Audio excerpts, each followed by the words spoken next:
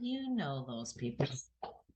Those magical unicorns who came out of the womb seeming to know exactly what they were meant to do. There's never question. And now they do it and are seemingly living happily ever after lives. And then there's you, hating your work, so confused about what your purpose in life is and what kind of career or work would even help you with all of that. You think there's something wrong with you because why do they have it figured out and you don't? Well, I don't want you to worry because I've got you. I'm going to help you discover your life purpose so that you too can live seemingly happily ever after. Stay tuned.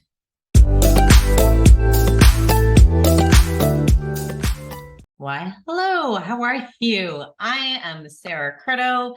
I am the career coach behind the Career You Love Academy, where we take people who are dreading their days, exhausted, overworked, underpaid, undervalued, and we put them into jobs. We find new careers and work that they love, where they are excited to wake up in the morning, where they are energized, where they have time and money to live the life that they want. And every Thursday, I am dropping a new training to help you to find work that lights you up, that you just cannot wait to get to, where you don't have Sunday scaries anymore. So I want you to subscribe to this channel so that you don't miss a single one. Okay, so let's talk about how to discover your life purpose. First of all, I need to tell you something. Some people are born to love one thing, and others, well, they're not. I remember watching a TED Talk by Liz Gilbert, writer of Eat, Pray, Love, Big Magic, one of my favorite books of all time. And she did a TED Talk on creativity and how it looks like for different people. So she compared, or she categorized people into jackhammers or hummingbirds. She classified herself as a jackhammer. She was one of those people who came out of the womb, and she is a writer and author, and she just jackhammers away at that. That is her life. But there are a lot of other people who are hummingbirds, and hummingbirds flit from thing to thing to thing.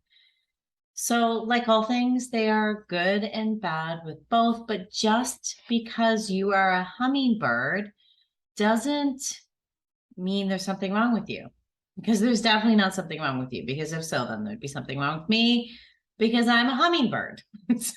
I flit. I am multi-passionate. I have lots of things that call my attention because I love them.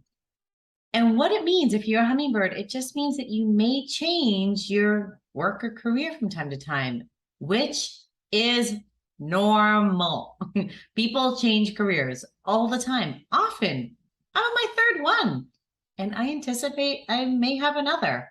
I am a hummingbird after all, but I do have a purpose, a strong, deep-seated sense of what I'm meant to do here. And I never really discovered it.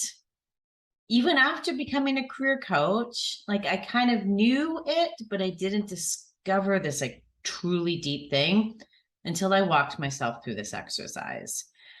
Now, fair warning about this exercise. It's a stretch your brain exercise, or what is called in the coaching world like a super thinking exercise, which I hate to say means it isn't easy. It's worth it though. Please do it, because it's so worth it, but it is not easy, because you won't get the answer. Probably you won't get the answer while you're doing it. Instead, it'll come to you on a walk, in the shower, during meditation, during some reflection work, or when you just wake up. In other words, it's going to come to you later, after your brain has had a chance to process and digest everything, which is why it's so worth it. Why it's not easy, but it's so worth it, because we know that what it's going to tell you is it. And we can use it to guide us in our careers. It'll become a touchstone, a criteria for evaluation, a focus point. So here's the exercise. I want you to picture yourself on your retirement day. It's your very last day of work. We don't need to know what you're retiring from. That really doesn't matter. Like, we don't need to know the job. We don't need to know the details. We don't need to know any of that. So don't stress about that. We just need you to feel that it's your last day of work. Tomorrow starts your retirement. You can even think about all of your retirement plans to get excited for it. Now, I want you to think about, how are you going to be celebrating your retirement? Is it a party, a farewell dinner, a trip? Just you doing something by yourself. But chances are, in this last day or even leading up to it, will be moments of goodbye with people. And I want you to think about those moments.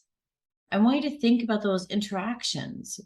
Maybe they're doing it in speeches. Maybe it's over a coffee or a lunch. Maybe it's just a desk goodbye or a phone call or a Zoom or whatever. But what are these people saying to you? What are they thanking you for? How have you impacted them in your work? How did you make their lives easier, different, better? And perhaps it's not a question of their lives. Perhaps it's more of a question of what impact did they witness you making?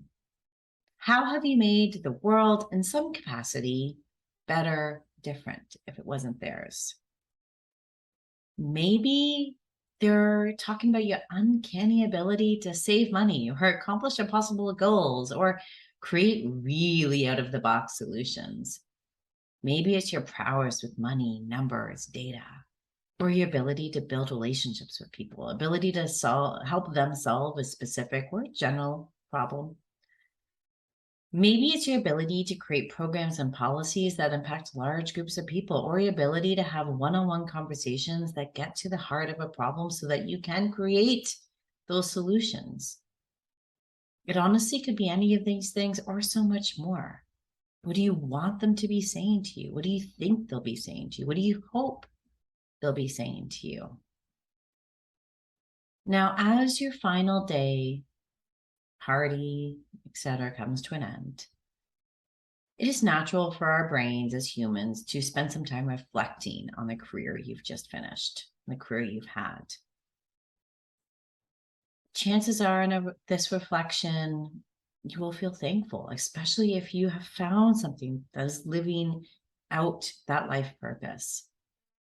And I want you to feel so thankful, so thankful for having had this career.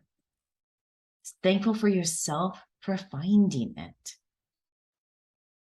You've loved what you've done, the impact you've had.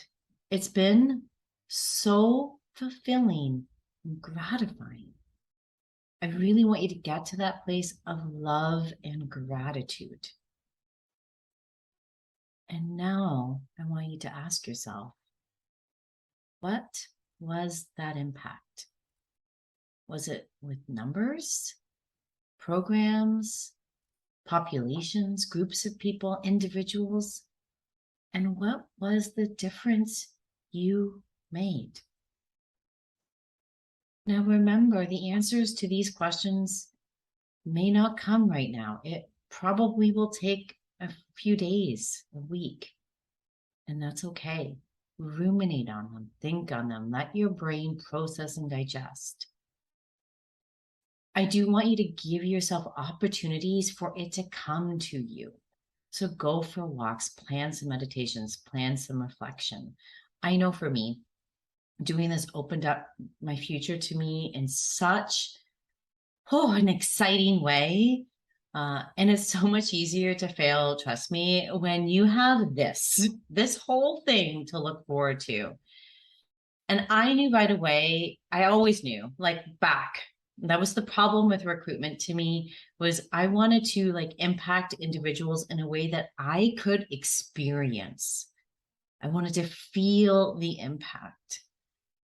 But the exact impact and difference didn't come to me until a few days after I did this exercise. And I was sitting on a ground by a creek doing some reflection work. I know this is where I reflect, sitting on the ground with a body of moving water. It's my thing. But I was reflecting on the Career Love Academy and the people in it, the success we've had, the problems we've had, the problems we solved. And whew, it came to me. My purpose is to inspire and guide people like you to find career fulfillment and happiness.